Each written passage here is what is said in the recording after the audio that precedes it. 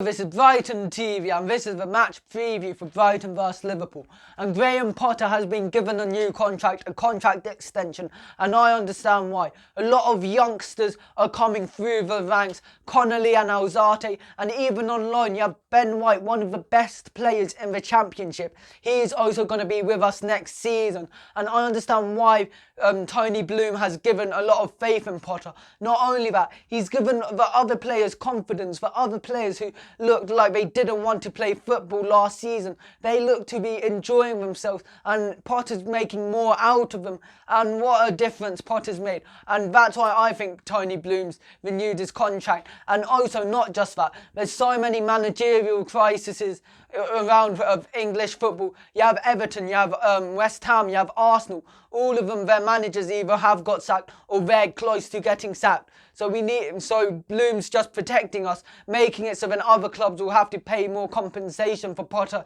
if they want to approach him and get him, which makes sense in my opinion.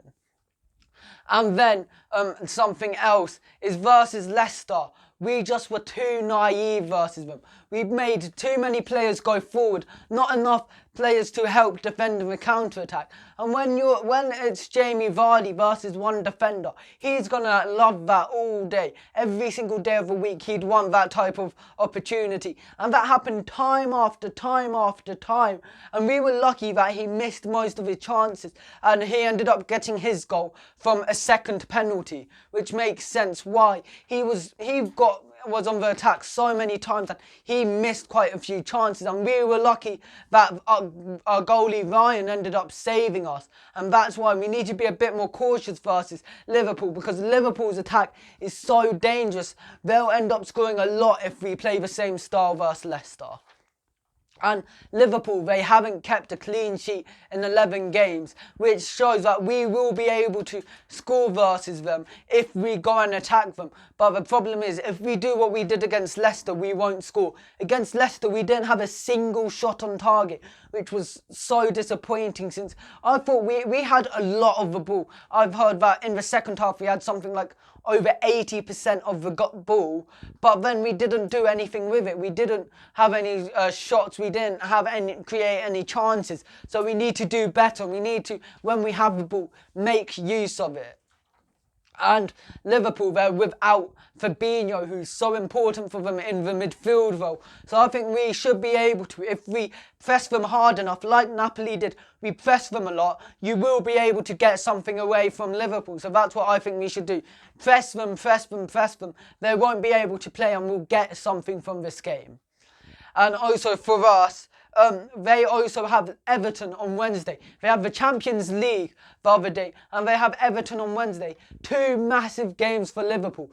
And they'll be thinking Brighton's the easiest one of them games, since a derby is never easy. It's never easy to get points from a derby. So they'll be focusing on that game and the Champions League. So that's where they would have been focusing on. And versus Brighton versus us, they would have ended up thinking, Klopp might have been thinking, okay, I'll rest one or two key players for this match. So then for Everton, they'll be fully fit. And I think that's what we should exploit.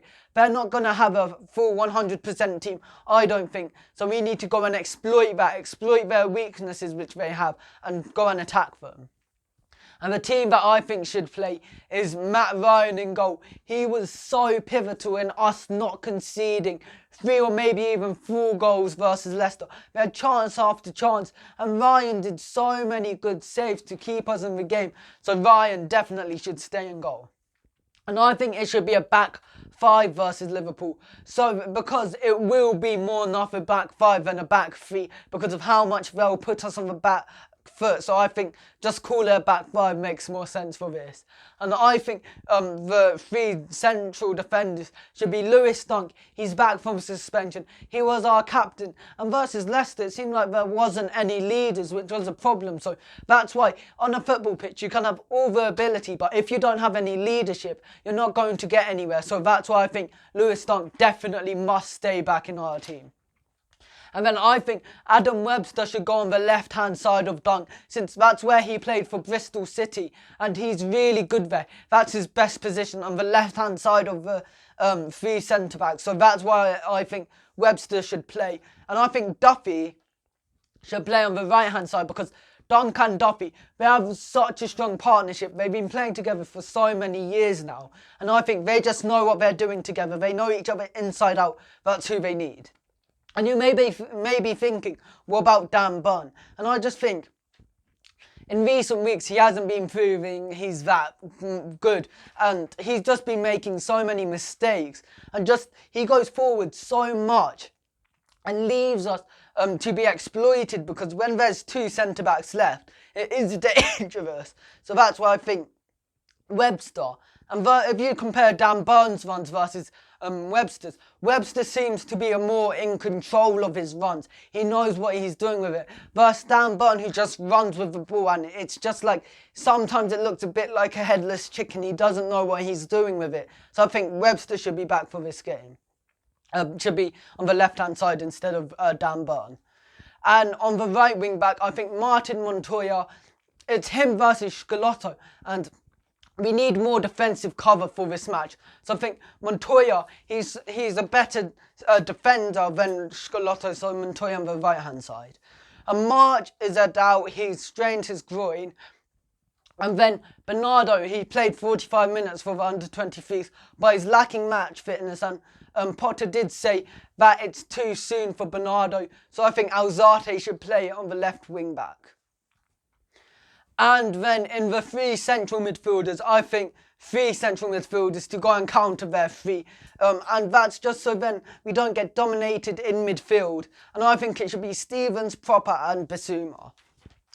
And Stevens, he just has such a good range of vision. He knows how to pass it. And versus Leicester, I think he was the only person who was linking defence into attack. He knew what he was doing. He was getting the right passes. When I saw Bissouma coming on, I was thinking, okay, so Bissouma's coming on for probably Proper, so then he gets more pace into it, more energy. When I saw Stevens coming off, I was disappointed, since Proper and Bissouma, neither of them can really link defence into attack that well, while Stevens can, which is why I was disappointed with that. And Bissouma just made a couple of mistakes, and that's why I think Bissouma, he has a lot of pace, which is why I think he should play for this match.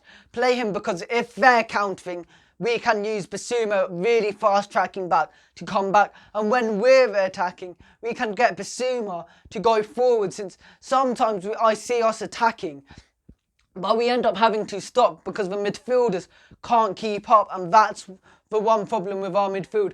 They're good, but they're relatively slow. So that's why I think Bissouma should play in, as well. And in the front two, I think it should be Pascal Gross and Maupay. And Gross, we have not won a game without Pascal Gross.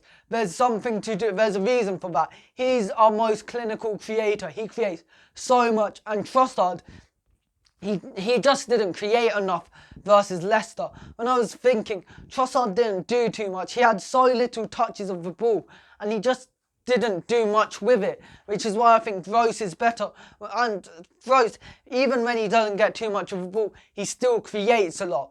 Trossard, it seems as if he was playing as a striker. He didn't really not get the ball, and it was as if he had a lack of service, which is not what's supposed to happen. You don't have the creative player is supposed to go and get the ball himself, to go and create something. Trossard didn't do that, so I think Gross should play instead of him.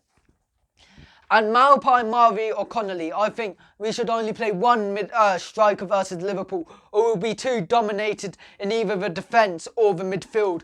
So playing one striker, Connolly's back, but I think we shouldn't play him now. He won't be able to do enough with it, so I think Connolly shouldn't start, and I think it should be Maupay, because Murray's more clinical than Maupay.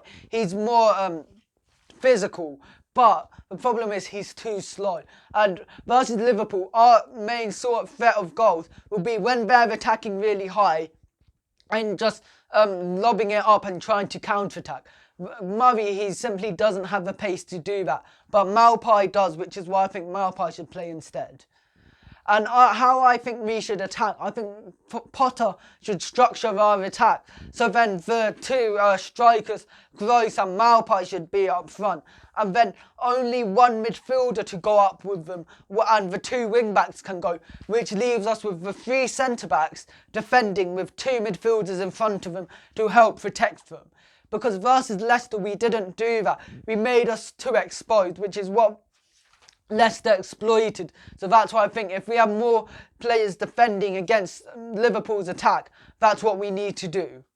And my score predictions for this match, I'm going for 1-1 for this match, because just they haven't been keeping too many clean sheets, and I think we will get a goal. So that's why I think Neil Maupay will score for us, and Mo Salah, he seems to score so much for Liverpool versus us, so I think Salah will score for us. For them, sorry. Don't forget to like and subscribe to Brighton TV and follow us on Instagram.